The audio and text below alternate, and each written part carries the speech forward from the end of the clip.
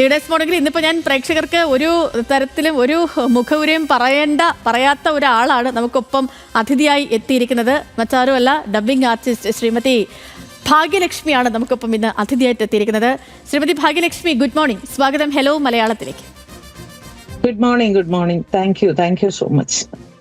ശ്രീമതി ഭാഗ്യലക്ഷ്മി, ഇപ്പോൾ നടിയെ ആക്രമിച്ച കേസുമായി ബന്ധപ്പെട്ട് ഇപ്പോൾ വിചാരണ കോടതിയിൽ നിന്നും വിധി വന്നു. ആ ഒരു പശ്ചാത്തലത്തിലാണ് നമ്മളൊക്കെയും ഉള്ളത്. ഈ കേസ് പറഞ്ഞതുപോലെ നീണ്ട ഒരു നിയമ പോരാട്ടമായിരുന്നു. അതിനുശേഷം ഇപ്പോൾ 6 പ്രതികളെ കുറ്റക്കാരെന്ന് വിധിച്ചു. 8ാം പ്രതി അടക്കമുള്ള ആൾക്കാരെ പുറത്തുവിട്ടു. 8ാം പ്രതി ഇപ്പോൾ വീണ്ടും അദ്ദേഹം സിനിമയിലേക്ക് സജീവമാകുന്നു. സിനിമാ സംഘടനകൾ അദ്ദേഹത്തെ സംഘടനയിലേക്ക് എടുക്കാൻ നീക്കം നടത്തുന്നു എന്ന വിവരം, അതിൽ പ്രതിഷേധിച്ചാണ് അങ്ങ് രാജിവെച്ചതും. ഇപ്പോൾ ആ പ്രഖ്യാപനം വന്നിട്ട് 24 മണിക്കൂറിലേക്ക് എത്തുകയാണ്. അങ്ങയെ ആരെങ്കിലും സിനിമാ സംഘടനയിൽ നിന്നും വിളിച്ചിട്ടുണ്ടായിരുന്നു? ഈ ഒരു തീരുമാനത്തിൽ ഒരു പുനർവിചിന്തനം വേണം എന്ന് ആവശ്യപ്പെട്ടിരുന്നു അങ്ങയോട്? ഇല്ല, എന്നെ ആരും വിളിച്ചില്ല. കാരണം നേരത്തെ മറ്റേ ശശി തരൂരിന്റെ വാർത്തയിൽ പറഞ്ഞതുപോലെ അവരായിട്ട് എന്നെ പുറത്താക്കില്ല, ഞാനായിട്ട് പുറത്തു പോകണമെങ്കിൽ പോകട്ടെ എന്നൊരു മനോഭാവം ഉള്ളതുപോലെ എനിക്ക് പണ്ടേ തോന്നിയിട്ടുണ്ട്. കാരണം ഞാൻ എന്നും അവർക്ക് ഒരു ഉപദ്രവം തന്നെയായിരുന്നു. കാരണം എന്നും ഇത്തരം വിഷയങ്ങൾ ഞാൻ അവിടെ സംസാരിച്ച് പോരാടിക്കൊണ്ടേയിരുന്ന ഒരാളാണ്. അതുകൊണ്ട് തന്നെ അവർക്ക് ഇതിനിടയ്ക്ക് കോൾസ് വരുന്നത് കൊണ്ടാണ് കോള് കട്ടാവുന്നത്. അതുകൊണ്ട് തന്നെ അവർക്ക് എന്നെ കൊണ്ടൊരു ശല്യമാണ് എപ്പോഴും. അപ്പൊ എനിക്ക് തോന്നി ആരും വിളിക്കാതിരിക്കുമ്പോ അതിന്റെ അർത്ഥം നിങ്ങളായിട്ട് പോയത് നന്നായി എന്ന് തന്നെയാണ്. പിന്നെ നേരത്തെ പറഞ്ഞതുപോലെ സജീവമായി ഇത്രയും കാലം അദ്ദേഹം സജീവമായി തന്നെയാണ് നിന്നത്. ഇത്രയും കാലം എല്ലാവരും രഹസ്യമായി അദ്ദേഹത്തെ പിന്തുണച്ചുകൊണ്ടിരുന്നു. ഇപ്പോ കോടതി വിധിക്ക് ശേഷം അവർ പരസ്യമായി അദ്ദേഹത്തെ കൊണ്ടു നടക്കുന്നു. ഇത്രേ വ്യത്യാസമുള്ളൂ. തീർച്ചയായും ശ്രീമതി ഭാഗ്യലക്ഷ്മി, അതാണ് കറക്റ്റ്. കാരണം നടി ആക്രമിക്കപ്പെട്ട നാൾ മുതൽ തന്നെ സിനിമാ സംഘടന നമുക്കറിയുന്ന പോലെ അവൾക്കൊപ്പവും അവനൊപ്പവും പ്രത്യക്ഷമായിട്ട് 2 ചേരി തന്നെയുണ്ട്. ഇപ്പോൾ സാങ്കേതികമായി കീഴ്ക്കോടതി ഈ കേസിലെ 8ാം പ്രതിയെ കുറ്റവിമുക്തനാക്കി. സിനിമാ സംഘടനകൾ അദ്ദേഹത്തെ തിരിച്ചെടുത്താൻ നീക്കം തുടങ്ങി. പക്ഷേ കേസിൽ പ്രതിയായിരുന്ന കാലത്തും അങ്ങ് പറഞ്ഞതുപോലെ ദിലീപിന് നിർമ്മാതാക്കളുടെ സംഘടനയിൽ നിർണായകമായ ശബ്ദമുണ്ടായിരുന്നു, സിനിമാ ലോകത്ത് നിർണായകമായ സ്വാധീനമുണ്ടായിരുന്നു. ഇനി ഇതൊക്കെ പഴയതുപോലെ ആകുന്നു അല്ലേ?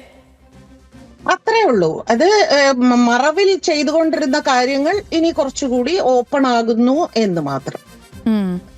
ശ്രീമതി ഭാഗ്യലക്ഷ്മി, ഇപ്പോൾ നടൻ ദിലീപ് അടക്കമുള്ളവരെ കുറ്റവിമുക്തനാക്കിയ വിചാരണ കോടതിയുടെ വിധിപ്പകർപ്പ് വന്നിട്ടില്ല. ഇപ്പം ആ വിധിപ്പകർപ്പ് വന്നാൽ മാത്രമേ ആ കാരണങ്ങൾ എന്തുകൊണ്ട് ഇവരെയൊക്കെ കുറ്റവിമുക്തനാക്കിയെന്ന കാര്യം നമുക്കൊക്കെയും അറിയാൻ കഴിയൂ. 2 ദിവസങ്ങളിൽ തന്നെ അത് വരുമെന്നും പ്രതീക്ഷിക്കുന്നുണ്ട്. അപ്പോൾ ഈ കേസിൽ യഥാർത്ഥ ഗൂഢാലോചന നടന്നത് തന്നെ പ്രതിയാക്കാനാണെന്നാണ് ദിലീപ് പറഞ്ഞത്. അങ്ങനെയുണ്ടെങ്കിൽ ആ കേസും കോടതി കേൾക്കണം. ഇപ്പം ഒരാളെ ടാർഗറ്റ് ചെയ്യുന്നുണ്ടെങ്കിൽ നിശ്ചയമായിട്ടും ആ കേസ് കോടതി കേൾക്കേണ്ടത് തന്നെയാണ്. ഇപ്പോൾ തനിക്കെതിരായ ഗൂഢാലോചന അന്വേഷിക്കാൻ ഒരുങ്ങുകയാണ് ദിലീപ്. അങ്ങ് അത് അറിഞ്ഞു കാണും. കഴിഞ്ഞ ദിവസം ആ ഒരു നീക്കമൊക്കെ ഇവർ തുടങ്ങിക്കഴിഞ്ഞു, വാർത്തകളൊക്കെ വന്നിരുന്നു. മഞ്ജു വാര്യർ നടത്തിയ ഒരു ഗൂഢാലോചന പരാമർശം, അതാണ് എല്ലാത്തിനും തുടക്കമെന്നാണ് ദിലീപ് കുറ്റവിമുക്തനായതിനു ശേഷം പറഞ്ഞത്. ശ്രദ്ധിക്കേണ്ട ഒരു കാര്യം, ആ ഒരൊറ്റ പേര് മാത്രമേ ദിലീപ് പറഞ്ഞിട്ടുള്ളൂ എന്നുള്ളതാണ്. ഈ കോടതി മുറിയിൽ അതിജീവിത അനുഭവിച്ച ആ സമ്മർദ്ദം അങ്ങ് തന്നെ മാധ്യമങ്ങളോട് കഴിഞ്ഞ ദിവസമൊക്കെ പറഞ്ഞിരുന്നു. അതൊക്കെ ഈ കേട്ട് ആ ഒരു ഞെട്ടലൊക്കെ എനിക്കടക്കമുള്ള മാധ്യമപ്രവർത്തകർക്കും ഒക്കെയുമുണ്ട്. ഇപ്പം ഇനി ദിലീപ് അടുത്തൊരു നിയമ നടപടിയിലേക്ക് പോയാൽ അത് വീണ്ടും അതിജീവിതയായ കുട്ടിയെ വീണ്ടും ബാധിക്കില്ലേ? അവരെ വീണ്ടും ഈ കേസിലേക്ക് വലിച്ചെടുക്കുക തന്നെയായിരിക്കുമോ ഇവരുടെയൊക്കെ ഉദ്ദേശം? ശ്രീമതി ഭാഗ്യലക്ഷ്മി, അയാൾ മൂവ് ചെയ്യട്ടെ. എനിക്ക് ഏറ്റവും ഇതിലൊരു തമാശയായി തോന്നിയത്, ഇദ്ദേഹത്തിന് ഞാൻ ഇന്നലെ പറഞ്ഞു, അദ്ദേഹത്തിന് എങ്കിൽ പിന്നെ ഈ 8 വർഷം ഞാനാണ് യഥാർത്ഥത്തിൽ ഇതിൽ എനിക്കെതിരെയായിരുന്നു ഗൂഢാലോചന എന്ന് ഈ 8 വർഷത്തിൽ ഒരിക്കൽ പോലും ഒരു അഭിമുഖത്തിൽ പോലും അദ്ദേഹം പറഞ്ഞു ഞാൻ കേട്ടില്ല. ഇത് എന്നെ അനാവശ്യമായി ഇതിൽ വലിച്ചഴക്കുകയാണ് എന്നൊക്കെ പറഞ്ഞു എന്നല്ലാതെ എനിക്കെതിരെയായിരുന്നു ഗൂഢാലോചന, അത് ഞാൻ അന്വേഷിക്കും, ഈ കേസ് കഴിയട്ടെ എന്നൊരു വാക്ക് അദ്ദേഹം ഇതുവരെ പറഞ്ഞിട്ടില്ല. അപ്പൊ അതുകൊണ്ട് അത് മെനഞ്ഞാന്നത്തെ കോടതിയുടെ ആ ഒരു വിധിയുടെ ഒരു ആത്മവിശ്വാസത്തിൽ അമിതമായി അദ്ദേഹം ഒരു പറഞ്ഞ ഒരു പ്രസ്താവനയായിട്ട് മാത്രമേ ഞാൻ അതിനെ കാണുന്നുള്ളൂ. പിന്നെ ഇനി അദ്ദേഹം അങ്ങനെ ഒരു കേസ് കൊടുക്കുകയാണെങ്കിൽ ഈ പറയുന്ന പോലീസ് ഉദ്യോഗസ്ഥന്മാരും മഞ്ജു വാര്യരും അതിജീവിതയും എല്ലാവരും തന്നെ അത് നേരിടാൻ തയ്യാറാണ്. കാരണം എല്ലാവർക്കും അറിയാം അവരാരും ഈ വിഷയത്തിൽ അവരെല്ലാവരും ഇന്നസെന്റ് ആണ് എന്നുള്ളത് അവനവന് സ്വയം ബോധ്യമുണ്ടല്ലോ. ഇദ്ദേഹത്തിന് 8 വർഷം അത് സ്വയം ബോധ്യമില്ലായിരുന്നോ? ഈ കോടതി വിധി വരുന്നത് വരെ അദ്ദേഹം എന്തിനിങ്ങനെ ഒരു പ്രസ്താവനയ്ക്ക് വേണ്ടി വെയിറ്റ് ചെയ്തു? അല്ല ശ്രീമതി ഭാഗ്യലക്ഷ്മി, ഇതിലൊരു വലിയൊരു കോമഡി ഉള്ളതെന്ന് പറയുന്നത്, ഇപ്പം ഗൂഢാലോചനയ്ക്ക് തെളിവില്ല എന്ന് കോടതി തന്നെ പറഞ്ഞു. സാഹചര്യ തെളിവുകൾ വെച്ചാണ് സാധാരണ കോടതികൾ ഗൂഢാലോചനകളൊക്കെ തെളിയിക്കുന്നത്. ഇപ്പം ഈ TP ചന്ദ്രശേഖരൻ വധക്കേസ് നമ്മുടെ കേരള രാജ്യത്തെ ഏറ്റവും പ്രമാദമായ ഒരു കേസാണ്. ആ കേസിലടക്കം, ആ വധക്കേസിലടക്കം എത്രയോ കേസുകൾ സാഹചര്യ തെളിവുകളുടെ അടിസ്ഥാനത്തിൽ ഗൂഢാലോചന കോടതി തെളിയിച്ചിരിക്കുന്നു. ഇവിടെ പ്രതി തന്നെ വന്ന് പറയുകയാണ് ഒരു കൊട്ടേഷൻ ഉണ്ട് എന്ന്. അപ്പൊ കൊട്ടേഷൻ ഉണ്ടെങ്കിൽ തന്നെ ഒരു ഗൂഢാലോചന ഉണ്ടെന്നുള്ള കാര്യം വ്യക്തമല്ലേ? അപ്പൊ എന്തുകൊണ്ടായിരിക്കും വിചാരണ കോടതിക്ക് മാത്രം ഇക്കാര്യങ്ങളൊക്കെ ബോധ്യപ്പെടാതെ പോയത്? ഈ ഒരു സംശയം അത് നിലനിൽക്കുന്നതല്ലേ ശ്രീമതി ഭാഗ്യലക്ഷ്മി? ഞങ്ങൾക്ക് ഈ വിഷയത്തിൽ ഈ വിഷയത്തിൽ നിരന്തരം 8 വർഷമായി ഇതിന്റെ പിന്നാലെ തന്നെ സഞ്ചരിച്ചുകൊണ്ടിരിക്കുന്ന ഞങ്ങൾക്ക് കുറേ അധികം സംശയങ്ങളുണ്ട് ഈ കേസിൽ. ഒന്ന്, ഇദ്ദേഹം ചെയ്തു എന്ന്, ഇദ്ദേഹമാണ് കൊട്ടേഷൻ തന്നത് എന്ന് പ്രതി പറഞ്ഞതിന്റെ അടിസ്ഥാനത്തിലാണ് നമ്മളുടെ എല്ലാം വിരലുകൾ അദ്ദേഹത്തിന് നേരെ ചൂണ്ടിയത്.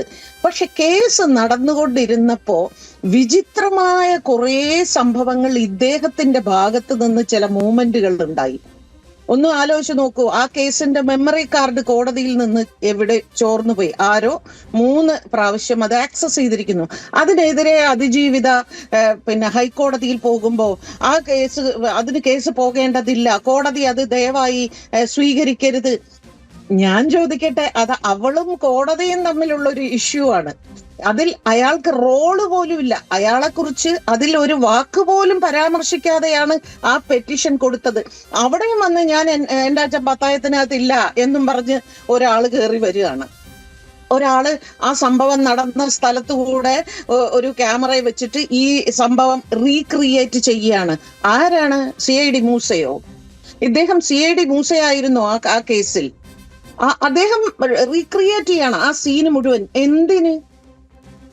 അപ്പോ ഇങ്ങനെ ഇനിയുമുണ്ട്. നമ്മൾ ഇത് പറഞ്ഞു വന്നാലുണ്ടല്ലോ ഒരുപാട് കാര്യങ്ങൾ ഇദ്ദേഹത്തിന്റെ എന്താ പറയാ, കുരുട്ട് ബുദ്ധിയില്ലേ, അതുവഴി ഇദ്ദേഹം ഇത് ചെയ്യാൻ ശ്രമിച്ചിട്ടുണ്ട്. പക്ഷെ ഏത് കുരുട്ട് ബുദ്ധി കാണിച്ചാലും എവിടെയെങ്കിലും ഒരിടത്ത് അത് പിടിക്കപ്പെടും എന്നുള്ളത് നമ്മുടെ കാലം നമ്മളെ മനസ്സിലാക്കി തന്നിട്ടുള്ള ഒരു വിഷയമാണ്.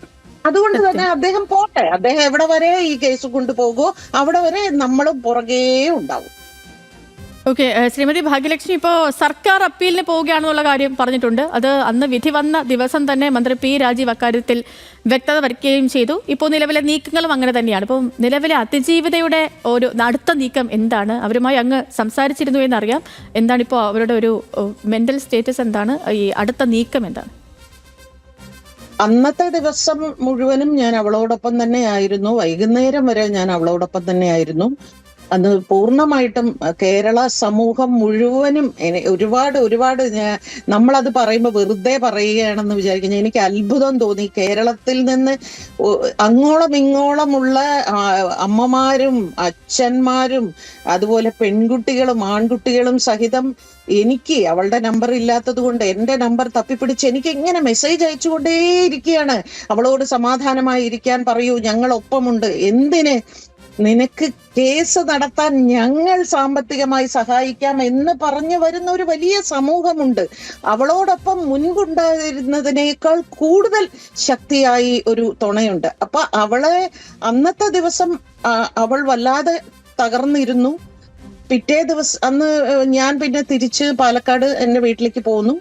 പിറ്റേ ദിവസം ഞാൻ അവളോട് ഇങ്ങനെ സംസാരിച്ച് അവളെ നോർമലാക്കാൻ, പക്ഷെ അപ്പോഴും അവളുടെ ശബ്ദമൊക്കെ വല്ലാതെ, എനിക്കറിയില്ല ചേച്ചി, ഇനി എന്ത് ചെയ്യണം എന്നറിയില്ല ചേച്ചി, എങ്ങോട്ട് പോകണം എന്നറിയില്ല, പോയാൽ എനിക്ക് എവിടെ നിന്ന് നീതി കിട്ടുമെന്ന് എനിക്കറിയില്ല എന്നൊക്കെ ഇങ്ങനെ പറയുന്നുണ്ടായിരുന്നു. ഇന്നലെ വീണ്ടും ഞങ്ങൾ ഏകദേശം ഒരു 5 മണിക്കൂർ ഒന്നിച്ചുണ്ടായിരുന്നു, വൈകുന്നേരം 6 മണിക്ക് ശേഷം. അപ്പോഴും അവളോട് ഇങ്ങനെ ഇന്നലെ കുറച്ചൊന്ന് ഒരു റിയാലിറ്റിയിലേക്ക് വന്നിട്ടുണ്ട്. നമുക്ക് എന്തൊക്കെ ചെയ്യാം എന്ന് നമ്മൾ ആലോചിച്ചുകൊണ്ടിരിക്കുന്നു. നോർമൽ ആയല്ലേ പറ്റൂ. ഇത്രയും വലിയൊരു സംഭവം നടന്നിട്ട്. തീർച്ചയായും ശ്രീമതി ഭാഗ്യലക്ഷ്മി, അതിപ്പോ നമുക്ക് ഓരോരുത്തർക്കും ചിന്തിക്കാവുന്നതേ ഉള്ളൂ. അത് ജീവിതത്തിൽ ഉണ്ടായ ഏറ്റവും ഒരു ആ പെൺകുട്ടി ആ സ്ത്രീ അവര് അതിലൊരു നിയമ പോരാട്ടത്തിന് ഒരുങ്ങിയത് തന്നെ ഇപ്പം ഈ പറയുന്ന എനിക്കൊക്കെയാണ് ഇങ്ങനെ ഒരു അനുഭവം ഉണ്ടായി, ഞാൻ എന്ത് ചെയ്യുമെന്ന് പോലും എനിക്കറിയില്ല. ആ ഒരു ട്രോം അത് എത്ര കാലം വേട്ടയാടുമെന്ന് പോലും അറിയില്ല. പക്ഷെ അവിടെയും നിവർന്ന് നിന്നുകൊണ്ട് നിയമ പോരാട്ടത്തിന് ഒരുങ്ങി ആ നിയമ പോരാട്ടത്തിനൊടുവിൽ കിട്ടുന്ന എന്ത് വിധിയാണെങ്കിലും ഇപ്പം അങ്ങ് പറഞ്ഞതുപോലെ കേരളത്തിൽ ഓരോരുത്തരും പറയുന്നത് പോലെ ആ സ്ത്രീക്കൊപ്പം തന്നെയാണ് എല്ലാവരും. നീതി ഉണ്ടായേ മതിയാവുകയുള്ളൂ, നീതി പുലർന്നേ മതിയാവുകയുള്ളൂ.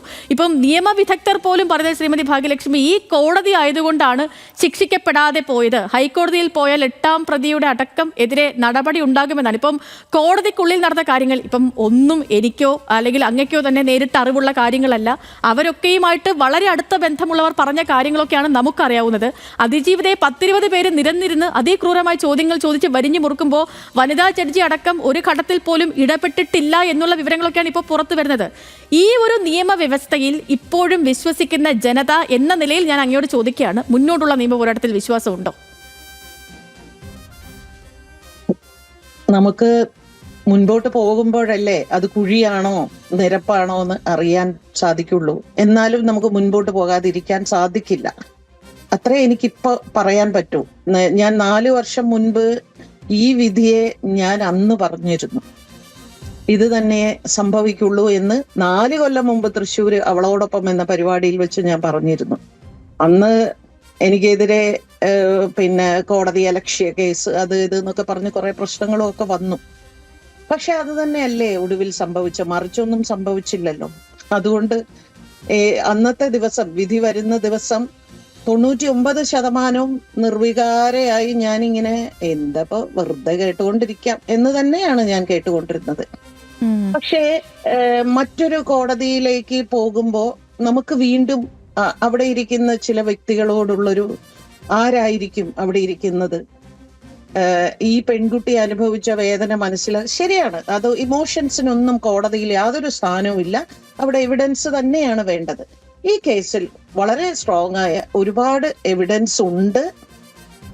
അതൊന്നും ഭാഗ്യലക്ഷ്മി, ഇത് അങ്ങ് പറഞ്ഞതുപോലെ ഇതാണ്, ഈ എവിഡൻസിനാണ് വില, ഇമോഷൻസിന് വിലയില്ല. ഞാൻ ഇപ്പൊ ഈ പറയാൻ പോകുന്ന കാര്യങ്ങളൊക്കെ കോടതി ലക്ഷ്യമാണോ എന്ന് പോലും എനിക്കറിയില്ല. പക്ഷെ എങ്കിലും ഒരു സാമാന്യ യുക്തി അനുസരിച്ച് നമുക്കൊക്കെയും തോന്നുന്ന ചില കാര്യങ്ങളില്ല. ഇപ്പൊ പൾസർ സുനിക്ക് ഈ ഒരു സ്ത്രീയോട് മാത്രം, ഈ ഒരു നടിയോട് മാത്രം പ്രത്യേകിച്ച് ഒരു വ്യക്തിവിരോധം ഉണ്ടാകാനുള്ള കാരണം എന്താണ് ചുമ്മാ പോയി എന്തെങ്കിലും കാര്യങ്ങൾ ചെയ്താണ്. അപ്പം നിശ്ചയമായി അവിടെ ഒരു ഗൂഢാലോചന ഉണ്ട്. എന്തിന് ആ സ്ത്രീയോട് ഇങ്ങനെ ഒരു അപമര്യാദയെ പെരുമാറി, എന്തിന് ദൃശ്യങ്ങൾ എടുത്തു, എന്തിനവരെ ക്രൂരമായി ബലാത്കാരം ചെയ്തു, അവരോട് മാത്രം എന്തിനാണ് ഇവർക്ക് ഇത്രയും വ്യക്തി വൈരാഗ്യം വന്നത്, ഈ തുടങ്ങിയ കാര്യങ്ങളൊക്കെ തെളിയിക്കപ്പെടണ്ടേ? അതിപ്പോ സ്വാഭാവികമായിട്ടും എനിക്കോ അങ്ങേക്കോ തോന്നുന്ന ആ ഒരു സംശയം എന്തുകൊണ്ടാണ് ഒരു കോടതിക്ക് തോന്നാത്തതെന്നാണ്.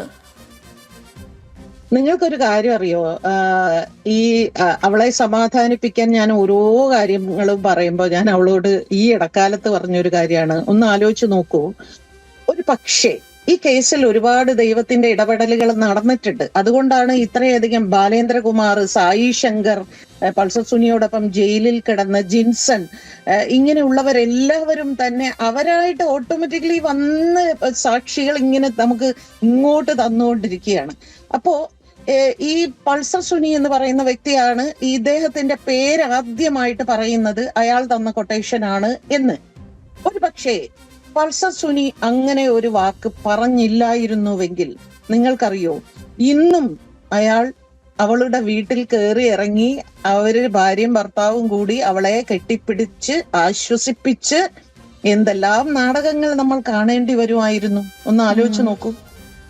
അപ്പോ അതെല്ലാം യഥാർത്ഥത്തിൽ കാലം എന്ന് പറയുന്ന ഒരു ദൈവത്തിന്റെ ഇടപെടലുണ്ടല്ലോ, അത് ഇതിൽ നന്നായിട്ട് നടന്നിട്ടുണ്ട്.